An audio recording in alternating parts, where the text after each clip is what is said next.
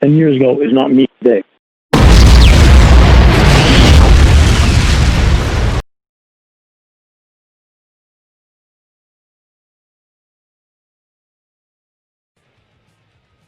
On my way there, there was lightning in the distance. But I was afraid of lightning. So I was trying to sit under the table when I got lightning. Wait, what about lightning? It was lightning that night.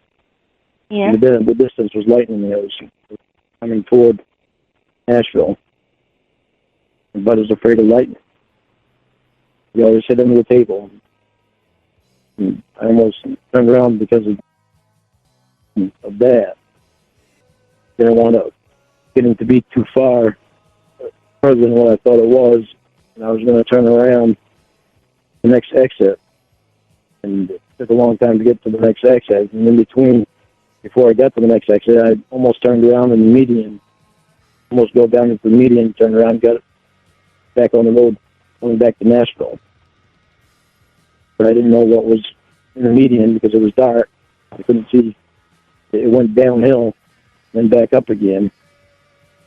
I didn't know if there was anything down there, if there was water, and I didn't want to get stuck. I only had two-wheel drive, so I kept going to the next exit, and the next exit wound up being the exit that she told me to take. So I decided I was that far, so I'd go.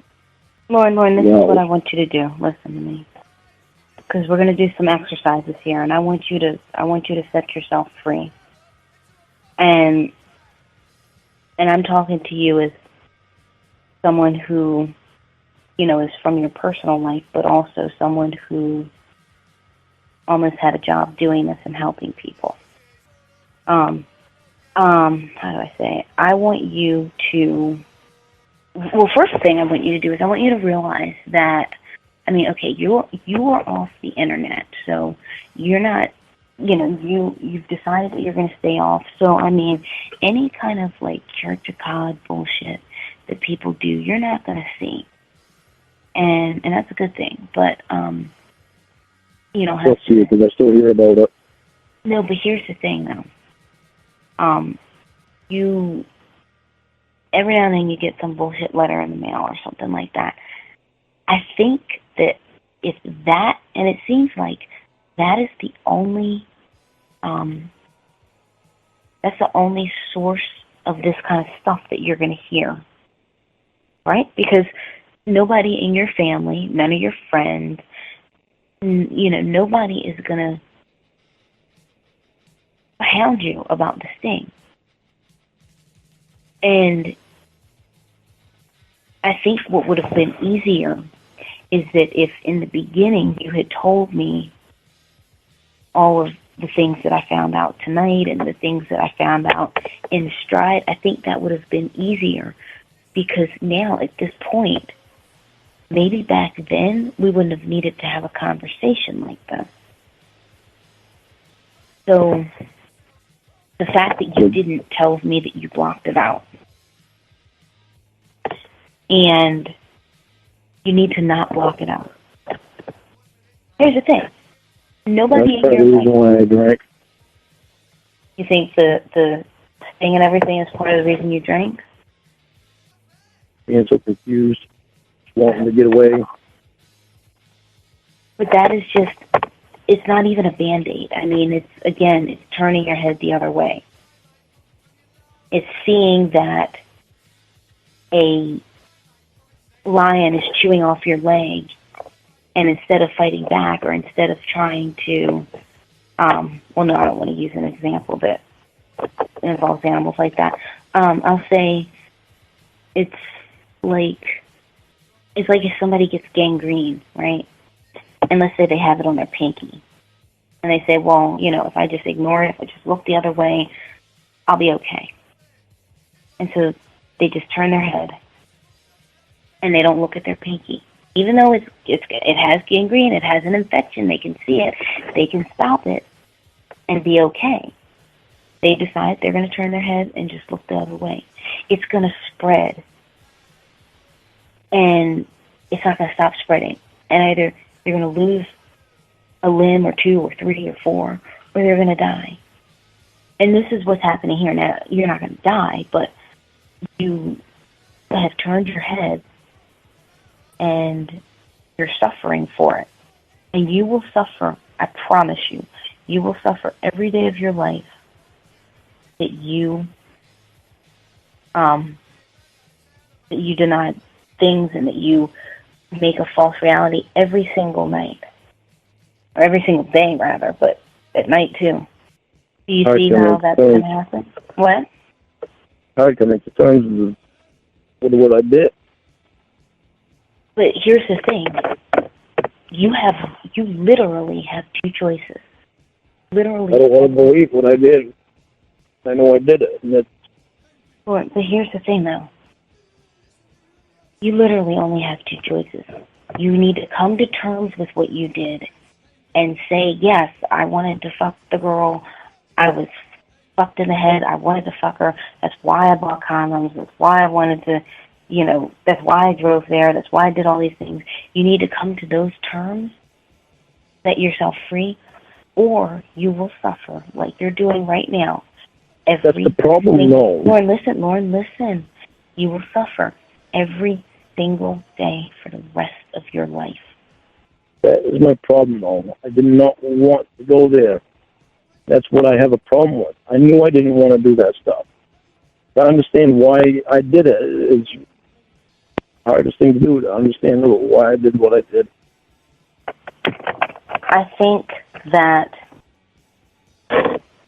the reason why is because you had found, and here's the thing, you don't have to understand it. I understand it.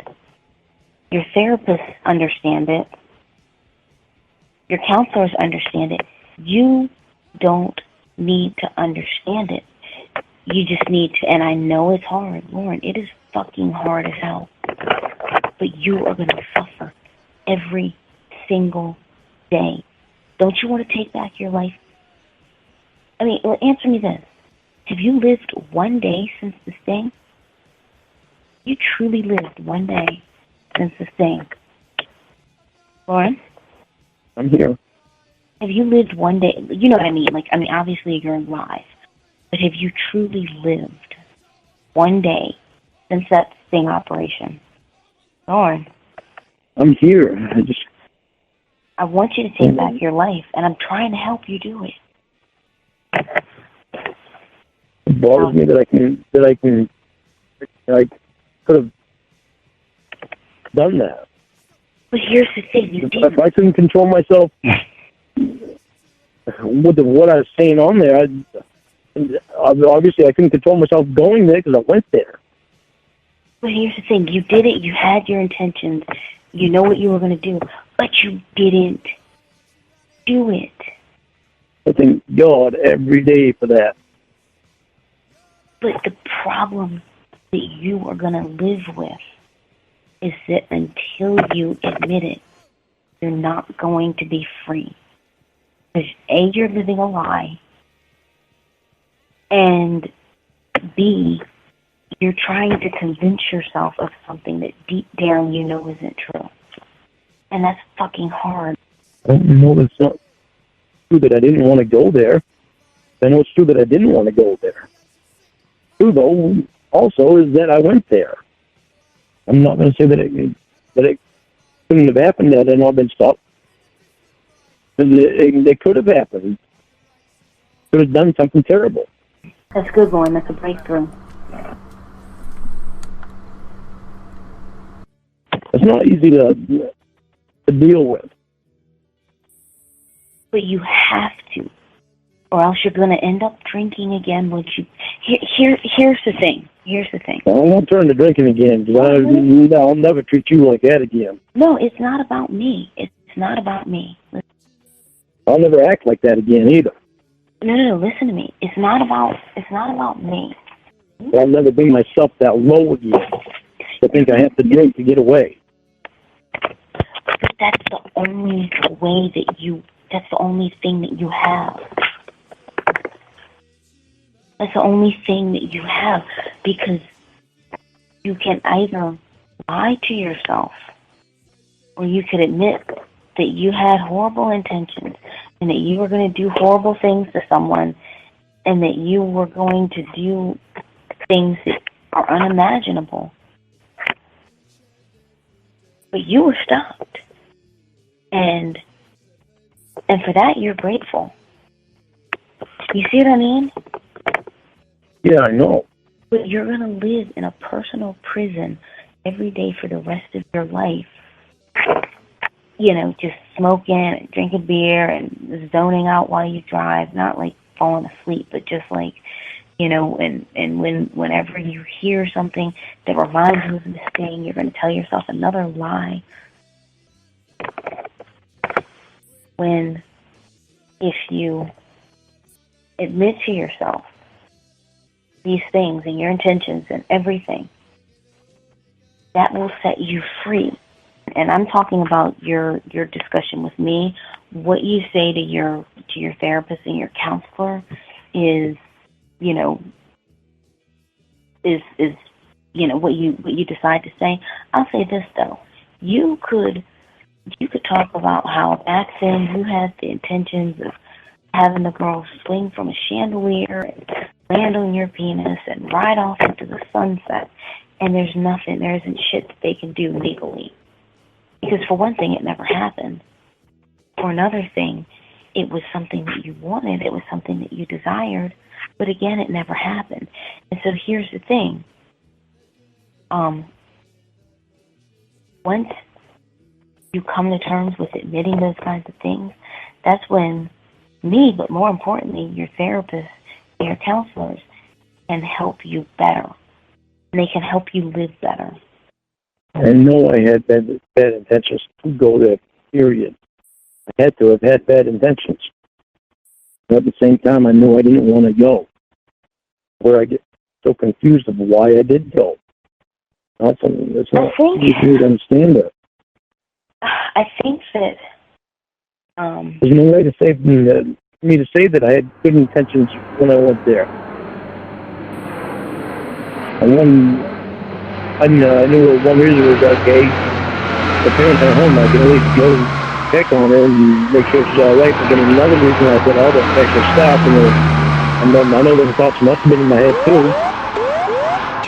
And I brought the condoms, brought her a gift, so they asked me to bring, so it made it look like I was home there. And I lost all complete control of myself. But I don't understand how I let that happen.